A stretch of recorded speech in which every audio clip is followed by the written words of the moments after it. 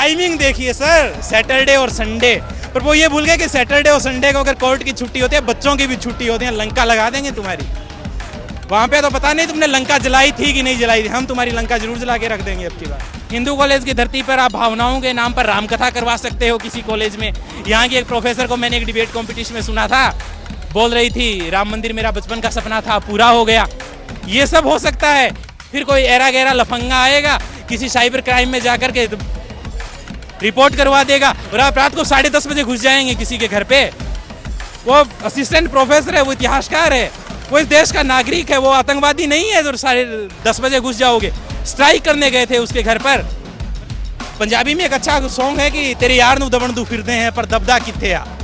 डराने की कोशिशें हैं, पर आप मत भूलिए कि जो एसी के रूम में बैठ कर के पढ़ना जानते हैं वो सड़क पे लड़ना भी सीख गए हैं। पहले टीचर्स पे अटैक करो, टीचर्स पे अटैक करो मतलब जड़ ही काट दो, पेड़ तो अपने आप खत्म हो जाएगा। ये जड़ों में जो मट्ठा डालने की कोशिश है ना इनकी, ये कामयाब नहीं होने देगा। आज का स्टूडेंट समझता है हम 700-800 किलोमीटर दूर से आते हैं दिल्ली में स्ट्रगल कर रहे हैं पढ़ने के लिए, हम हमारे टीचर्स को तो कम से कम जेल के अंदर नहीं जाने देंगे। टीचर्स की असली जगह क्लासरूम में है। मैं प्रमोद, हिंदू कॉलेज से पोल साइंस फर्स्ट ईयर का स्टूडेंट। प्रमोद, आप भी डॉक्टर रतन लाल के समर्थन में आए हैं? बिल्कुल, मैं सर समर्थन में आया हूँ रतन सर के, और जिस तरह से ये पूरा प्रपंच रचा गया है पुलिस और प्रशासन द्वारा, मैं समझता हूँ ये सिर्फ रतन सर पे नहीं हमला नहीं है, ये पूरा जो 2014 के बाद में स्पेशली आप देखते हैं कि संस्थानों पर जो हमले हो रहे हैं वो धीरे धीरे उन व्यक्तियों पर होने लगे हैं जो संस्थानों से संबंधित हैं या संस्थानों को आगे ले जाने में महत्वपूर्ण भूमिका निभा रहे हैं, और रतन सर उनमें एक बड़ा नाम है। आप मूर्ति टूटने पर बहस हंगामा कर सकते हैं, पर हमें मूर्ति टूटने से पहले उन लोगों को बचाना होगा।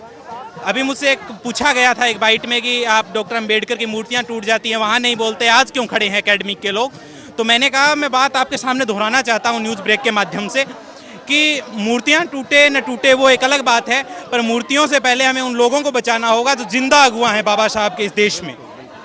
और रतन सर पर आप देखिए पूरा सिनेरियो देखिए, मैं समझ नहीं पा रहा हूँ। एक पोस्ट पर जब आप कहते हैं, मैं पोल साइंस का स्टूडेंट हूँ, मैंने 6ठी क्लास से एक बात पढ़ी थी कि एक टीचर को अधिकार होता है, एक इतिहासकार को अधिकार होता है, वो व्याख्या किस प्रकार करेगा। और सर तो सिर्फ एक संभावना व्यक्त करते हैं। क्या हुआ, वहाँ पे एक स्ट्रक्चर मिला, सर ने एक पोस्ट लिखा, आपने भी पढ़ा होगा, उसमें शब्द था यदि, शायद और लगता है। 3 शब्दों पे उनकी भावनाएं हाथ हो गई, एक लाइन पे उनकी भावनाएं आई। तो हमारे खिलाफ पुराण पे पुराण भर दिए भाई तुम। गीता में तुमने कहा कि 4 वर्ण है, हम ये निर्धारित करते हैं। मनुस्मृति में तुमने क्या क्या लिखा, तुम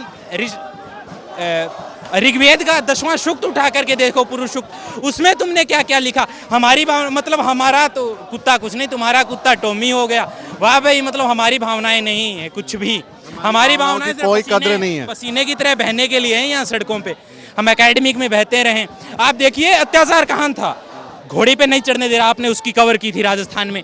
मैं राजस्थान से आता हूँ, मुझे पता है। पानी नहीं पिलाते, उन तमाम चीज़ों से निकल करके एक इंसान सिर्फ दिल्ली यूनिवर्सिटी जैसे इंस्टीट्यूट में क्यों आएगा? वो इज्जत की ज़िंदगी जी सके, एकेडमिक में अपना अच्छा काम कर सके। और एकेडमिक में भी आप ये कर रहे हैं कि बिना किसी सूचना के आप पुलिस, मतलब ये क्या है? ऐसा तो शायद हिटलर भी नहीं करता होगा।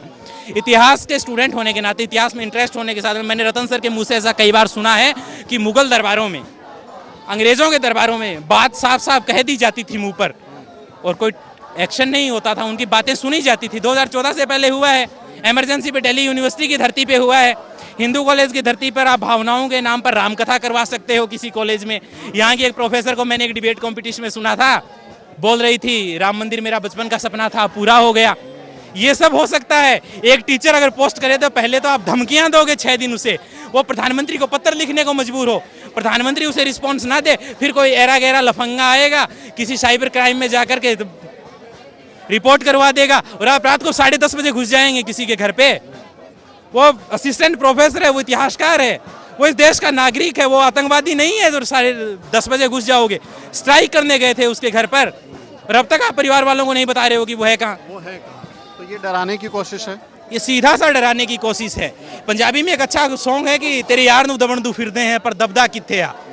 डराने की कोशिशें हैं, पर आप मत भूलिए कि जो एसी के रूम में बैठ कर के पढ़ना जानते हैं वो सड़क पे लड़ना भी सीख गए हैं, और वो सड़क पे लड़ना जानते हैं, वो लड़ेंगे और जीतेंगे, रतन सर बाहर आएंगे। और रतन सर, मैं फिर से एक बार दोहरा रहा हूँ, ये व्यक्तिगत मुद्दा नहीं है, वो पब्लिक डोमेन के इंसान हैं, ये पब्लिकली मुद्दा है, ये पूरी दलित इंटेलेक्चुअलिटी पर, ना केवल दलित इंटेलेक्चुअलिटी पर, हर एक उन इंसान पर जो अपनी निजी चेतना रखता है, सवाल अपने जहन में रखता है, कुछ सत्ताओं के साथ जो सवाल करने की हिम्मत रखता है, उसके खिलाफ हमला है जो सत्ताएं कर रही। प्रमोद, ये आपके जैसे युवा जो हैं वो मैं देखता हूँ सोशल मीडिया पे हिंदू बने घूम रहे हैं, भगवाधारी तिलक लगा के, और तमाम तरीके की, हमने देखा जहांगीरपुरी में क्या हुआ, अलग अलग मथुरा ज्ञानवापी में क्या हो रहा है। तो आप जैसे युवा को उनका हिंदू नहीं बन जाना चाहिए? ये सब प्रदर्शन में क्यों आए हैं? नहीं, मुझे हिंदू बन जाना चाहिए, पर एक्चुअली मैं शिवराज सिंह के बेटे कार्तिकेय को देख लेता हूँ कई बार, क्योंकि ट्विटर पर एक्टिव हूँ, तो मुझे दिख जाते हैं कि वो वहाँ पेंसिल्वेनिया की किसी स्कूल ऑफ लॉ में वो LLM ले रहे हैं। मैं अमित शाह जी के बेटे को देख लेता हूँ कि वो BCCI के अध्यक्ष हैं, वरना मैं भी हिंदू बन गया होता। यहाँ दिल्ली यूनिवर्सिटी में मुझे आने की जरूरत ही क्यों होती? मैं पट्टा डाल के वहीं कर लेता दंगे वंगे, राजस्थान में भी हो रहे हैं, मैं भी कट्टर हिंदू बन जाता।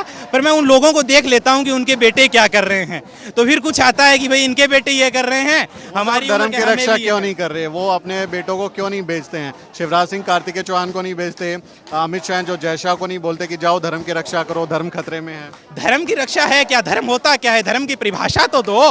रतन सर यही तो चिल्ला रहे हैं, कोई आके एकेडमिक डिबेट तो करे कम से कम इस दिल्ली यूनिवर्सिटी की धरती पर, जिसे आप कहते हैं इंस्टीट्यूशन ऑफ एकेडमिक। आप जेएनयू में किसी स्कॉलर को उठा लेते हो। मैं उमर खालिद का बयान सुनता हूँ 11th से, मुझे आज तक उसमें एक ऐसा वर्ड नहीं मिला कि उसमें बताया जा सकते।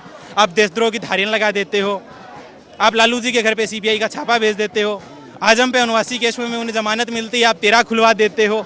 मतलब आप ये समझिए पूरा का पूरा जो मसला है, ये जो पूरी शतरंज बिछा दी गई है आपके सामने, सब प्यादे हैं, उनके जो वजीर हैं, बादशाह हैं, वो तो खेल रहे हैं, किसी ऐसी रूम में बैठ कर बातें कर रहे हैं, वो किसी अमेरिका की यूनिवर्सिटी में बैठ करके बातें कर रहे हैं। अब उन्हें खतरा ये है कि कहीं दिल्ली यूनिवर्सिटी का बच्चा उनसे आगे न निकल जाए, तो क्या किया जाए? पहले टीचर्स पे अटैक करो, टीचर्स पे अटैक करो मतलब जड़ ही काट दो, पेड़ तो अपने आप खत्म हो जाएगा।